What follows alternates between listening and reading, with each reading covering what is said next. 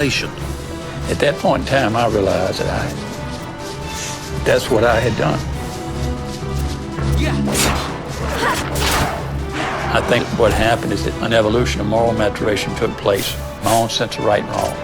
As I matured, as I started to change, this moral maturation took place. The quote-unquote rehabilitation occurred. Sinclair's rehabilitation didn't happen in a vacuum. In 1981, Jodie Bell, a TV reporter, interviewed the murderer.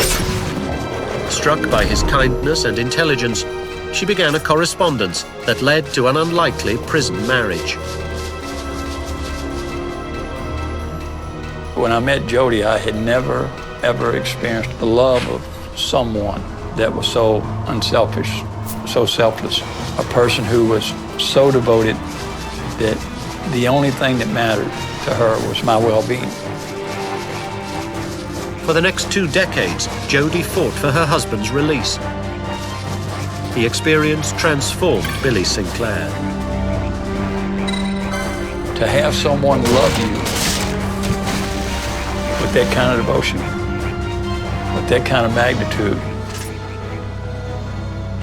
it's overwhelming. Would I ever measure up to what all she thought that I was? For Sinclair, his transformation toward redemption essentially involves a relinquishing on. His friend's suicide, the love of a wife, are all steps in this direction.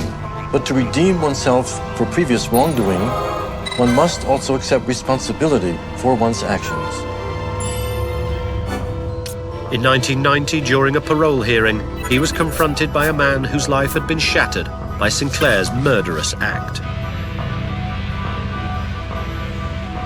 And the father, J.C. Biden, was there at this time. He was in a wheelchair. It was the first time I seen him as a real human being. And he was crying, he was in tears. And he was saying, he killed my boy.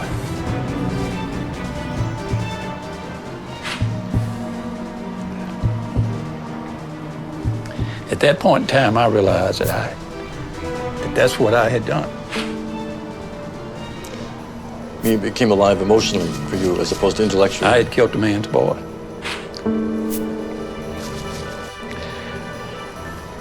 I had not killed a store clerk. And for the first time in my life, and it's a shame that after 25 years, for me to truly understand in real, concrete, human terms, in moral terms, what I had done. But I will never, ever forget that old man saying he killed my boy. No amount of responsibility and no amount of accountability would ever relieve that old man's suffering.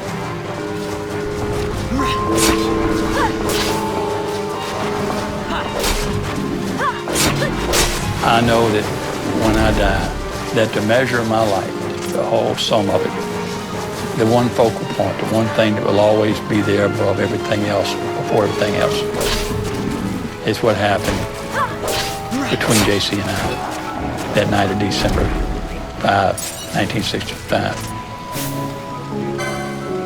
Billy Wayne Sinclair served 40 years in prison for the murder of J.C. Bowden.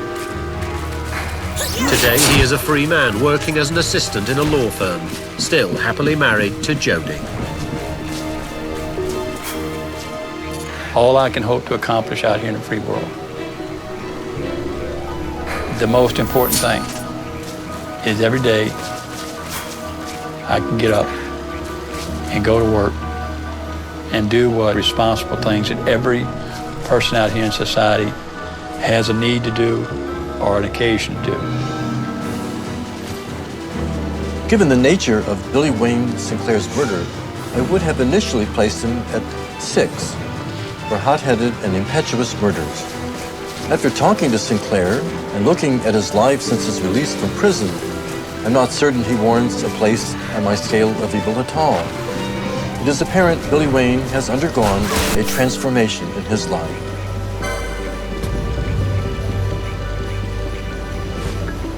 Throughout history, many murderers have claimed they've reformed. One such case created an international controversy and thrust the murderer into the spotlight. Texas, 1983. The bodies of a couple were discovered. A meter-long pickaxe embedded in the chest of one of the victims.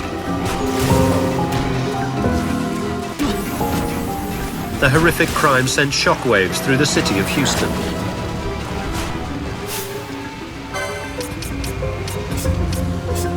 Five weeks after the killings, police arrested 23-year-old Carla Faye Tucker and her drug dealer boyfriend. Age of 11 and a prostitute by 14, Tucker shocked police when she told them she had experienced multiple sexual orgasms during the slaughter. She was convicted of first-degree murder. To many, it is not surprising that Carla Faye Tucker ended up in jail. While the savagery of her crime could not be predicted, her life leading up to the crime convinced many that she was destined for incarceration. Even taking into consideration her tough upbringing, the brutality of her crime leads me to place Tucker at level 13, violent, psychopathic, and socially incompetent. But to get a complete picture of her, I must examine her time in prison. In April 1984, while awaiting sentencing in a Texas jail, Carla Faye Tucker attended a show sponsored by an evangelical church group. She said the performance changed her life. God became so real in my life that I knew there would never be a Carla that was back there again. Tucker was sentenced to die by lethal injection and was... While awaiting execution, she studied the Bible and made dolls with her cellmate. She developed a reputation as the sweetest woman on death row. Tucker's lawyers made numerous appeals on her behalf, and although they succeeded in delaying her execution, none stopped it. Tucker continued her Bible study. She became a born-again Christian and counseled young inmates about the dangers of a criminal life. I'm so far removed from the person that I used to be out there. For me, what's weird is thinking back on some of the things that I used to do and thinking, I did that? Her reputation as a rehabilitated prisoner grew among both inmates and guards. She married a prison chaplain. But by the winter of 1997, Tucker had exhausted all her appeals, and the execution was set for February 1998.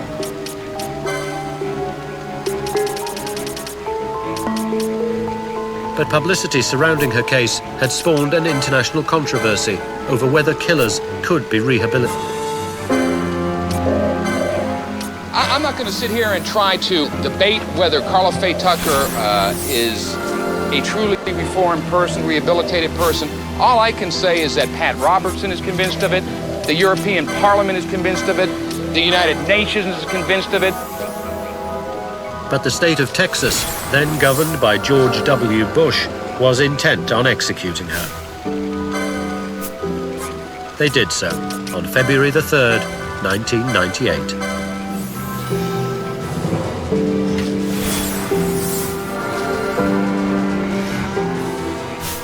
Carla Faye Tucker has been executed by lethal injection for the crime of capital murder. She was pronounced dead at 6:45 p.m., 8 minutes after the lethal drugs were administered.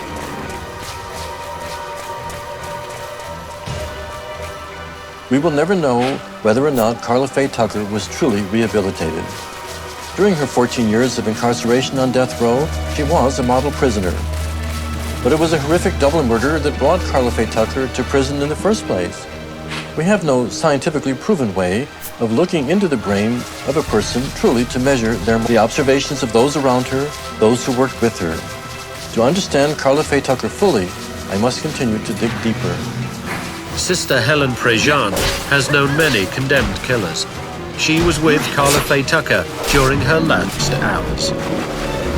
How would you say, yep, that person did that, but that person's redeemed? How do you know that?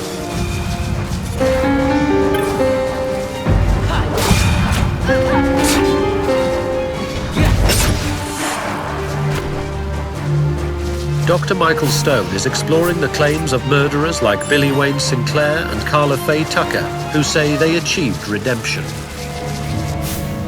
Despite the many advances in science, there is no surefire scientific method to determine whether or not a murderer has been truly rehabilitated or is redeemed. To better understand the concept of redemption, Dr. Stone met Sister Helen Prejean. Like Dr. Stone, she has probed the minds of convicted killers firsthand. She has witnessed 6 executions and ministered to several death row inmates during their final hours, including Carla Faye Tucker. Sister Helen, do you believe that killers like Carla Faye Tucker have the ability to be redeemed? Let me say at the outset here that all human beings that I have met, I believe, are worth more than the worst act of their life. All human beings carry in us the capacity to change, to grow, perhaps even to have remorse. Carla Faye Tucker is an example of this. When she picked up a pickaxe and killed 2 human beings who couldn't be more vulnerable, who are in bed. Well, that's about as bad as she can get. And then to see what happened with her and the change of life that happened in Carla Faye Tucker. The warden at the prison was convinced that Carla Faye had changed. Everyone recognized the change in Carla Faye Tucker and that she had become a loving person. Had she changed? Was she just, faking it? Well, it's hard to pull it off over a number of years. What are your thoughts on the nature of evil? Evil has to do with, I think, actions of human beings toward other human beings. I would always talk about evil actions. Disrespects, violates the life of another. But I would never deem persons as evil. Then the probably more important question for you and me is redemption. Are there easily redeemable people, people who are tough to redeem, and are there irredeemable people? Redeemability is the capacity in us that comes out of our inherent mystery as persons and dignity as persons. To be able to right a wrong, to be able to own, to take in responsibility for what we have done to hurt or to maim. In order to achieve redemption, we have to leave that centrifugal whirlpool of self in order to enter into the pain of another. The people that I have seen, the thing that struck me is that all but a couple of them were able to acknowledge what they did. And to me, that's a crucial step on the way to redemption. Sure. Without that, how do you advance to the other steps? Yeah. So that's crucial. Really, yeah, of course. I've learned a lot over my 23 years of companies. There is in all human beings this infinite capacity to be able to change, to be able to grow. What strikes me about my interaction with Sister Helen Prejean is the idea that in order for murderers to have any authentic claims of redemption, they must first admit to and acknowledge their crimes and then take responsibility for them. Without this acknowledgement, how could one advance to the next steps?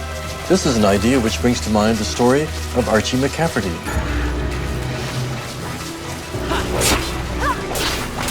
1973, Sydney, Australia. Archie McCafferty discovered his infant son smothered to death beneath his wife, who had accidentally rolled on top of him in her sleep. In a drug-induced haze, McCafferty, a lifelong petty criminal, began a killing spree with a gang of friends. Over the course of 5 days, they shot 2 victims and stabbed a third.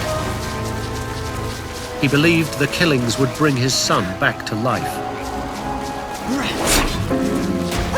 Arrested and convicted, McCafferty received 3 life sentences. But after nearly 25 years, though a convicted murderer, he was paroled in 1997. He now lives in Edinburgh and claims he has changed, that he is no longer a threat to anyone. Dr. Michael Stone interviewed McCafferty to see if a man responsible for a killing spree can truly change.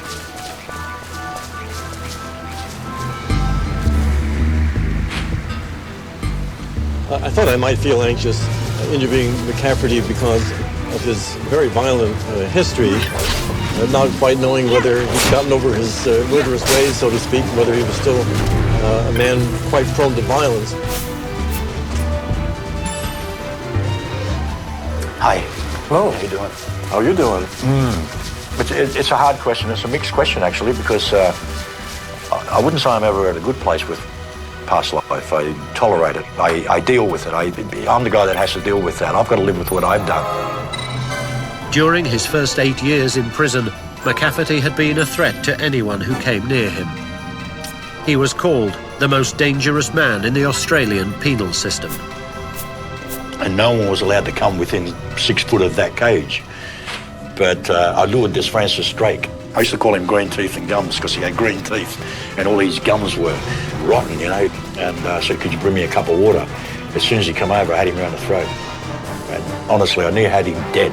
They had to resuscitate him then and there. So from that point on, they never let anyone get close to me for years. You know, so everyone to me was a victim, a potential kill. Later on, months later, when I sat back and thought about everything, I don't think I was going to stop killing them. Who knows, I could have ended up with 77. You don't know.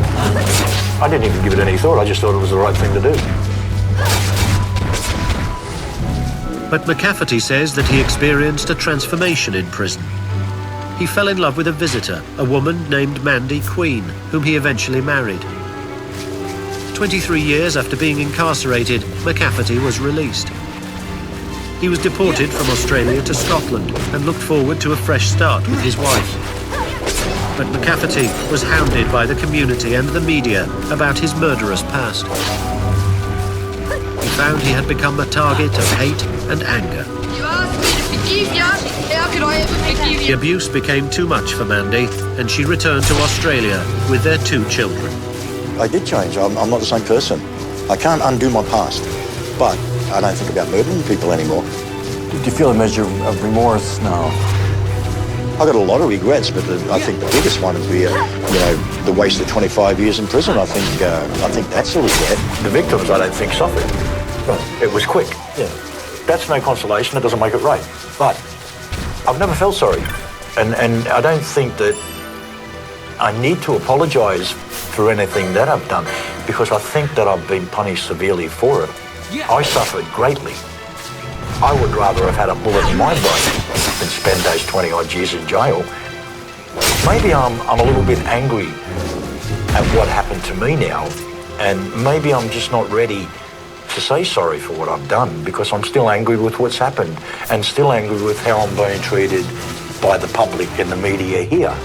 I've hurt a lot of people, but I got a raw deal too. I've never said I'm sorry about what I've done or anything, and I have no compulsion to say it to you. I screwed up. I admit that. But I won't apologise for it. No one will ever get it, because I can't do that. I'm not sorry. I can't dwell on it. I think what people have got to look at is, 10 years on, I haven't killed anyone. I haven't even attempted to kill anyone. I'm trying to have a life one day at a time here. I do deserve a life, even although I've taken a life. McCafferty's refusal to apologize is an indication that he has not as yet fully taken responsibility for his crimes. Apology is a key building block in the process of redemption. McCafferty appears unable to apologize for his crimes because he is still not ready to face the magnitude of his actions. Such acknowledgement, if premature, might drive him to despair. I pride myself, I guess, in being honest. You know, a lot of people don't like that honesty, but, you know, I walked away from you just a minute ago. I think probably for the first time in my life, it sort of hit home what I've done. When you say hit home, can you say something about that? I don't know. I sort of can't explain it to you, but I didn't feel comfortable. You know, I've never said I'm sorry about what I've done or anything, and I have no option to say it to you, but I don't feel comfortable with it. Maybe this is the first time but that's probably the best anyone will get as an apology from me at any time, I think. Archie McCafferty is such an unusual case. For his crimes, I would place him at level 15 on my scale, the place ordinarily reserved for psychopathic, cold-blooded, multiple murderers. At this moment, I would have trouble placing him on my scale now that he is attempting to come to grips with what he has done.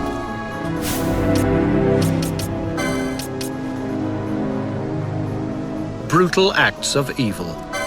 Billy Wayne Sinclair and Carla Faye Tucker spent much of their lives seeking redemption.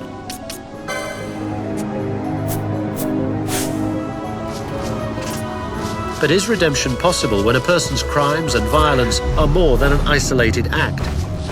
When they are a way of life?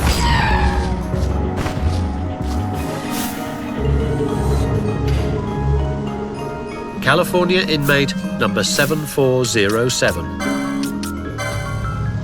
Daniel Nieto had been convicted of carjacking, kidnapping, and attempted murder. And these were just a few of the brutal crimes he committed as a foot soldier in a Los Angeles gang. It's for profit and notoriety. It was the only life he had ever known. I figured that I've been damaged years of pain, years of tragedy, years of abandonment, you know, years of just chaos.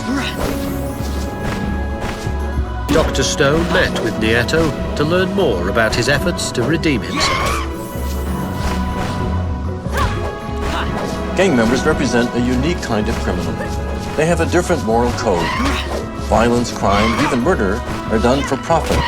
Crime is their job description. To them, redemption would not simply be making a change within themselves, would also amount to a complete disavowing of their entire life, a way of life that is taught in childhood. When he was 6 years old, Nieto's mother died. He says his father, a heroin addict and gang member, abandoned him. The young boy was shuttled from one foster home to another, where he experienced what no child should have to endure. I started experiencing juvenile hall. Nobody picked me up, you know, so I had to go to a placement. And I really, really got more angry, you know, because everybody got picked up except me. So until they were finding some housing. First they tried to look for like family members for me, you know, but there was nobody, you know. And the anger was, how would you describe that? The unfairness of being... It was just like, you know, I'm a kid, you know. Why is this happening to me? What did I do to deserve my mom leaving me, to deserve nobody picking me up? Everybody got busted with me, but I'm doing this stuff, you know? I was there for about a year. And then some foster home picked me up, you know? And they were supposed to take care of me, you know? And they didn't, you know? Did not? They did, but when I moved to their house, it was a totally different thing, you know what I'm saying? Because it was cool, it was a nice house, everything, TV. They gave me a room, it was cool, you know? But the man had a daughter, you know? Like she was my age, you know? But she was a little, I think a year older than me. She was more like active sexually, you know what I'm saying? So she would come to my room and hug me, and you know, I never experienced. I wasn't tripping, you know, but it felt good. It was a warmth that I wanted, you know, but not as a woman because I didn't know nothing about that. I wanted a warm mother, something to comfort me, say it's gonna be okay. You know, the child in you, you know, I guess, you know. And she spent the night, you know. And she would take my shirt off, so I'd take my shirt off. She was warm, I was warm. She'd kiss me, it felt good, you know. But we knocked out. So her father, you know, I guess was looking for me, checking in the room. He found me and her in the bed. And all I remember, he started just beating me up, you know, and hit me against the wall, and I just passed out. So I just kept it inside. He had a kid and a little girl, but every time that argument happened, he'd go to my room, you know, and he started whipping me, you know what I'm saying, with the bell, kicking me and stuff, you know. And I didn't understand why, because I was still a kid, you know. It was hard, you know what I'm saying, because this is my own people. And he just coming with me because, you know, it's hard. He did this for a year. To escape this terrible abuse, young Daniel felt he had only one choice: life on the streets.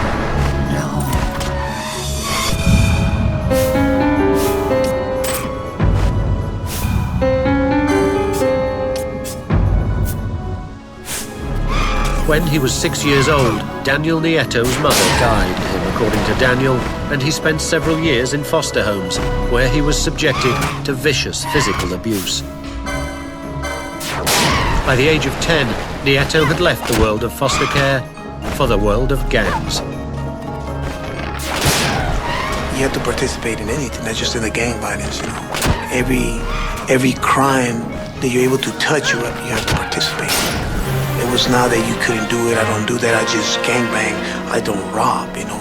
It was like you had to get involved in everything. Nieto's introduction into a world of such developed and organized criminal activity sets the stage for a life of violence, making it extremely difficult to cultivate a future outside of the criminal world.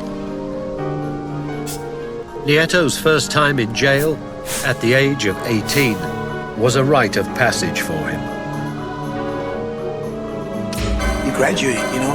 It's like you go to elementary, right? Yeah. You go to high school. What happens after high school? You go to college. Same thing, you know. You go to juvenile hall, that's your elementary. You go to YA, that's your junior high, you know, and your high school. Then after that, where do you go? Go to prison. Yes. That's college. Both in and out of prison, Nieto remained committed to the gang life. I said, man, you know, I should just bring them in, you know. And then I try to protect them, hang around with me, you know, drive around, see me selling dope. You know, I was strapped, I always had a gun, you know. And you know, he became my little clone, you know. Yeah. And before you know it, man, he got into the gang. While serving a prison sentence in solitary confinement, Nieto was forced to face the consequences of having recruited his nephew into the gang. Some detectives came, you know. I thought it was for a murder case, and I was like, man, what the hell? And they told me, we hate to say this, but, you know, last night your nephew got shot 17 times with an AK and he was killed while he was writing on the walls, you know, and it was, I don't know, you know, like, it messed me up, you know. He was like a son, you know. But, I just, you know, man, I don't know what happened to that. I think that's the worst crime that I did, you know what I'm saying? Bringing my nephew in my neighborhood. But I thought that was the right thing to do. The death of his nephew caused Nieto to question his life as a gang member, and his membership in the gang. Now a single father, he has managed to do something entirely new for him. Live life on the straight and narrow. He also counsels current gang members on how to leave behind their life on the streets. And began to grow up, you know, became to be the person that I am today, you know, a father, a friend, a person that's productive in society now.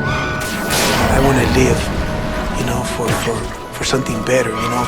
I got caught up being a problem in life for many years, but now I'm focused on call a thing solution.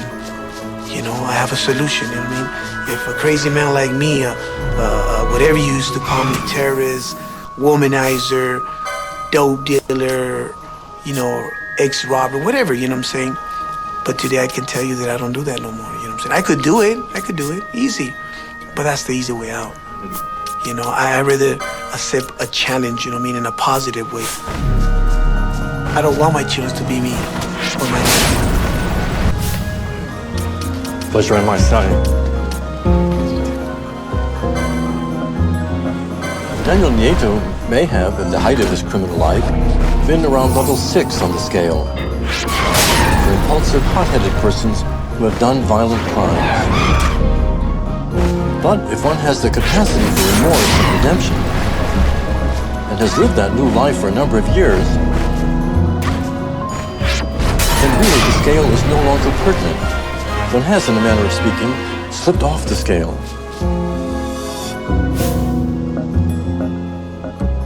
Nieto's ability to reform and rebuild his life after prison came only with a willingness to admit his crimes and seek forgiveness. A task that is not easy after more than 20 years in a world of daily violence and mayhem. Few criminals are willing or able to go to such lengths. For 20 years, Dr. Michael Stone has studied some of the world's most violent and sadistic criminals. But former criminals who demonstrate an ability to change present a challenge to Dr. Stone's scale of evil. Delving into these cases of redemption calls into question a lifetime of study. For Dr. Michael Stone, it is another step in his journey to understand the nature of human evil.